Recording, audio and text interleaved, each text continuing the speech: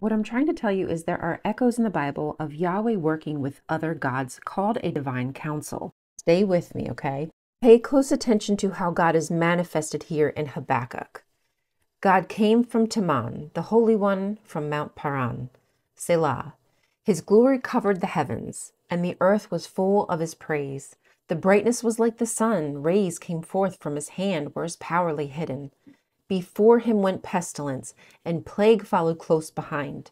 He stopped and shook the earth. He looked and made the nations tremble. The eternal mountains were shattered along his ancient pathways. The everlasting hills sank low.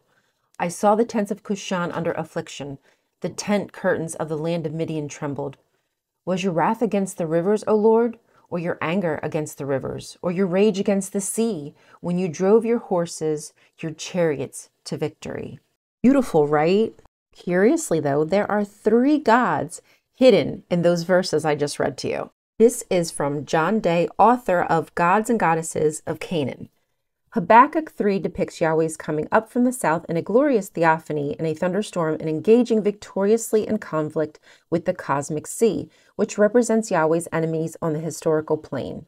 The background of this passage in the Canaanite myth of Baal's conflict with the sea or dragon is now generally accepted, a view supported by the reference in verse 8 to the enemy as sea or Yam. You've heard me talk about Yam, or Judge Nahor, which is also sea, the names of Baal's opponent in the Ugaritic myth, and by the allusion to Yahweh's 7 arrows of lightning in verse 9.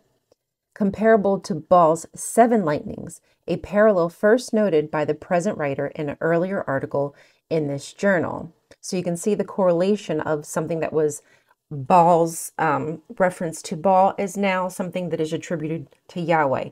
A further indication of the Canaanite background of the imagery in Habakkuk 3 is provided by verse 5, where we read, "Before him went pestilence, and plague went forth before him."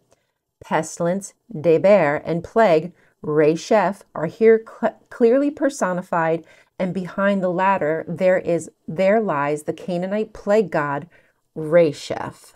So here you can see Resheph, the plague god, god of the underworld, a god who carries pestilence as arrows on his back, is working with Yahweh to defeat Yam, which is the god of rivers. My whole purpose in making these videos is to try to show the evolution of these ideas.